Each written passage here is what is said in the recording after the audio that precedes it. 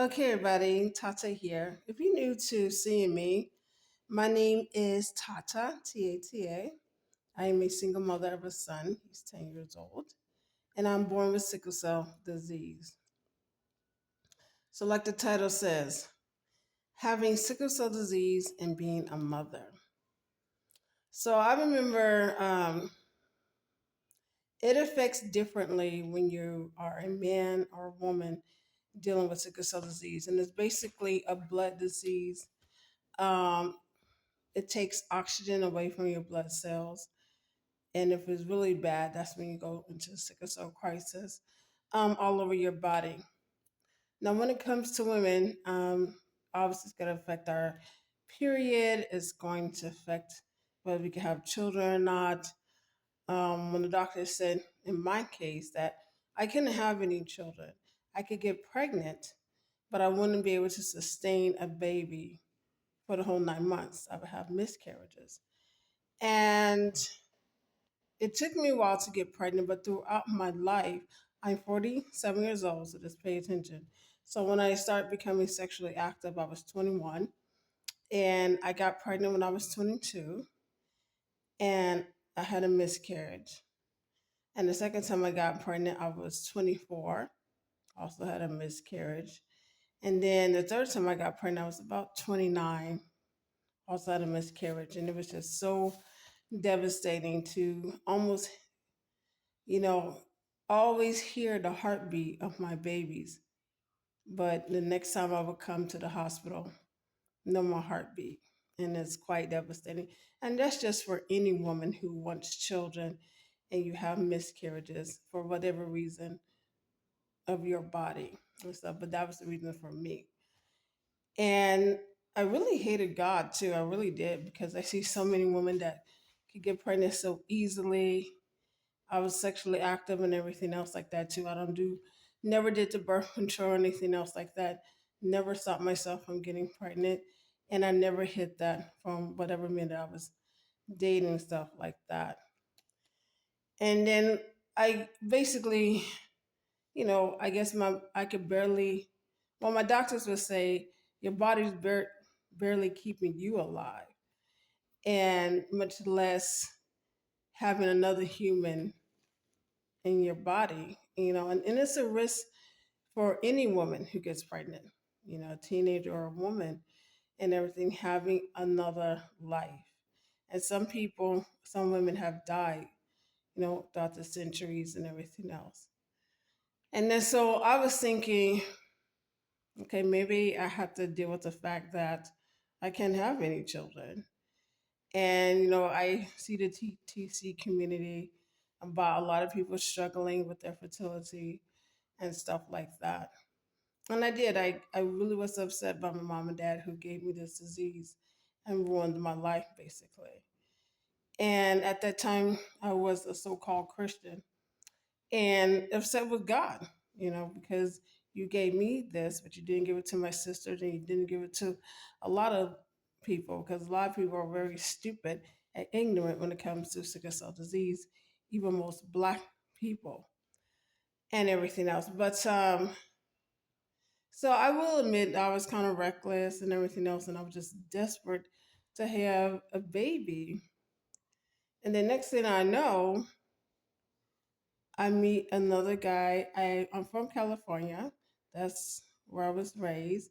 Actually, San Fernando Valley. I'm a Valley girl. Then I moved out to Arizona by accident. Actually, I was trying to head out to Seattle, Washington, but it was too cold for me because of the rain and stuff like that too. I did also live in Florida, and I did live in Sacramento, San Diego. I just moved around. I get tired of a place, of a neighborhood, and I just go. Even with me just having SSI, I didn't care because I know I could always get back up on my feet.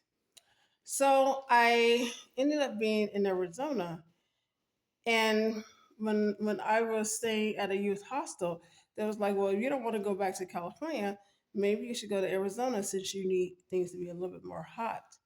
And I'm like, okay, but I'm thinking, especially way back when, I've been here for 12 years. And Arizona, I'm like, oh my gosh, it must be so boring. Nothing but white old people retiring. So that's what I was thinking. I'm like, okay, whatever. So then I meet a guy. Oh, excuse me. And so I meet a guy and everything else. So we was attracted to each other. We did the do whatever, and I get pregnant again. So I'm 36 by now. And I didn't think anything of it because I think I'm not going to get close to this baby because I may lose this baby. And I didn't tell him, I didn't tell anybody else. But I still had that hope that this time I may have a child, have my own baby. And and it's true. Even though I was considered high risk pregnancy, one, because I'm older, two, because I have sickle cell disease and all that. And they said, this baby's staying alive. And my body didn't change, okay? I was still struggling. I was struggling with my eating disorder. I'm quite thin and everything else, trying my best to gain my weight and all this. And I didn't tell him or anybody else because, I mean, if I would have told my mother, she'd be like, girl, you just a slut. Because she's a real strict Christian woman. And then I didn't tell him at the beginning because he's a black man. I didn't know. More than likely, he would have been a deadbeat and didn't want to have anything to do with the child or wanted me to kill the baby through abortion. And that's not me, okay? I take responsibility for what I do. I'm, I'm a grown woman, not some teenager, 15 or whatever, stuff like that. So I didn't tell nobody. And so I never survived. So they do this. They check up on you all the time when you're high risk. And then they do blood tests. So even though they gave me an ultrasound, which he just looked like a speck, you couldn't even tell nothing. But my doctor, he was so nice and cool. He said, well, we're going to give you a blood test. We can let you know if it's a boy or girl. So the next time I went in, they told me it's a boy. And I always wanted sons. I never wanted girls. And I couldn't believe it. I always had names. I already knew the names of my boys because I really wanted seven boys. And I had all the names and stuff. And when he told me that this was a boy, okay, I don't want to cry because I'm such a crybaby. I already was called, even though I couldn't see him through the ultrasound. He was a little speck. I started calling him by his name. And I still didn't tell anybody. And I said, my beautiful baby, my baby Jeremiah. He has three names, but I'm just going to say Jeremiah. That's his first name. I said, baby Jeremiah, my baby. I was like, oh my gosh.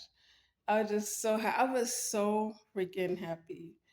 And I'm like, finally, I'm a mom. I get to go through that baby aisle and I can get things and all this stuff. And I didn't care how my baby came and all this. And so I was like, okay, he's doing good. And now I'm doing another thing. I hope he doesn't get sickle cell disease like I do. Because normally I'm dating white men, I'm dating Asian, Latino, but it was hard for me to date a black man because a lot of black men don't, either they don't know what sickle cell disease or they will actually have the trait or they don't test themselves. But he was a black guy and I'm like, and he really didn't know. And I'm like, oh gosh, I certainly hope that you don't have the trait because I got the full disease. But my son doesn't. He is fully beautiful and nice and healthy. So I finally tell him, and like I thought he would say, well, he said to me, well, we're gonna have an abortion. I pay half, you pay half. And I'm like, hell no, I'm not having an abortion worth nothing. Okay. If you don't want to deal with him, now he already had two kids with other two different women, whatever, I really didn't care. And so, and I said, you better leave me alone because if you do something, all this, I would call the police on you, put your ass in prison, okay? And all this. I'm very mouthy. I'll cuss you out even though I can't fight and everything else. So I didn't deal with him anymore because now you're a threat and you're a threat to me and my baby. And then my mother, I told her, she called me a slut. I'm like, okay, whatever. And so like that. But my mom was a gossip, so she told my two sisters, they strict Christians too. But my middle sister called me, she said, how you doing? So, you having a baby? So I'm like, yeah. But they love their nephew, and my mom loves her grandson like no tomorrow. and they do help me out a lot, a lot. Okay. So, everything. I have my village basically and stuff like that too. But now it's a different story when you actually have the baby because I wasn't prepared. I never worked in my life. I don't think I'm that smart. And I still have this disease that wears me out and tires me out. And it became more tiring as my son gets older. And because he doesn't understand what his mother deals with, he doesn't have a father in his life, he don't have siblings in his life. And it's really sad for him because I can't take him to a lot of places. I don't go out nowhere basically. And it's hard just to be a mom just by itself, even with you being healthy. And we know about moms, you get tired, you get everything's on you. You are just everything to that child. And I kind of wish that, I don't know, I think basically that I probably would have been, I don't know. I go back and forth because I don't know. One, I didn't think that I'd be a single mother and everything else like that too. And even though I do have the help of my family and all that, but it just really weird to me. So besides me having the sickle cell, I'm just telling you now as a woman. My son really let me know how selfish I am. My mother always told me, "You are a selfish, selfish girl." Even my pediatrician, I was 7, told me, "You are so selfish." A lot of people out in my life just told me you are so selfish. And they want to make you feel bad because at the time, I'm going to church and all this, and that's not a good thing to be. But I think everybody is selfish. Okay. Some are just more selfish than the other. But I don't feel bad that I am. I don't have to be a giving person. Go someplace else. Go to that person that gives. So my thing is if I don't see a benefit for me and stuff, yeah. And even as my son gets older, he's annoying. And I kind of like his personality. I do love him, but I can't stand his personality. He's like a goofball. Okay, he's so goofy. I always hated that goofball spirit in people and everything else like that too. And I'm like, sweetie, I'm not a boy. I'm not a man. I'm not your playmate. Because even when I was a little girl myself, I didn't like other kids. Everything that they want to play, I thought was stupid and useless. So I was a loner, and I liked being a loner. And I used to, when I was 12, I used to work and also babysit little children. People trust me with their 2-year-old or babies because I love little babies. But I really didn't, but I really don't like children in a sense of I don't like them talking back to me. See, that's my thing. And because I'm not a harsh woman and I don't believe in spanking and all that, and my son talks back to me, I talk back to him. He cuss at me, I cuss at him, and stuff like that too. And he's annoying. It's not like a cute little baby where, okay, you could decorate, you could just put them someplace and all that. They're just so cute, and all this. But I'm like, God, I'm growing up assumed to be man and everything else. And it's like I wish I could get past this stage. Like, okay, from baby, he's grown already and he's 18. Like I don't want this stage anymore. I don't want this middle stage. So like babies are very cute when they're 3 and under. But in that middle part until they're 18, and I can say, oh yeah, I'm a mama, I got my son, I have my son, and all excuse me, and all that. I want to get past that stage because this middle stage is disgusting and I hate it and I don't have the patience for it. Here goes another thing. I'm not very patient. Your children can bring the worst and best out of you.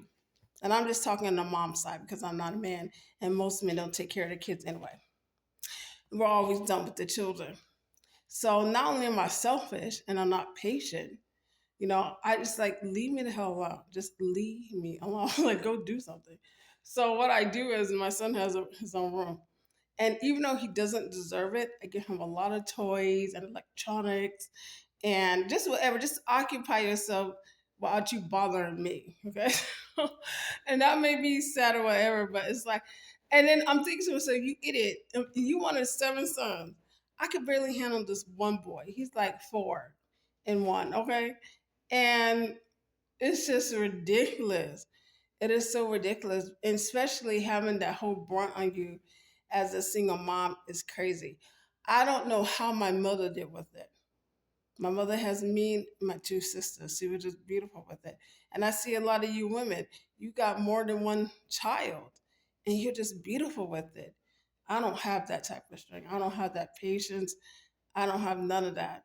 Just, I mean, every time I'm thinking, different personalities that you're dealing with when you have more than one child. Then all the paperwork you got to deal with. And then the society, what you can or cannot do to your kids. And it's just so irritating and stuff. And I do my best not to break my son's spirit. But I mean, I'm just his mother.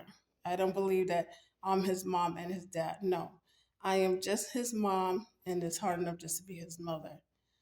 I don't know how to raise them because there was no men in my life. My dad was here. I don't have brothers. I didn't have uncles. It was just us four women. That was it. So that makes it even more harder, I guess. But having the sickle cell disease, it does make it worse and stuff like that too. Being tired all the time and everything. But yes, I did end up having my child, but I don't want to have any more children at all and stuff like that.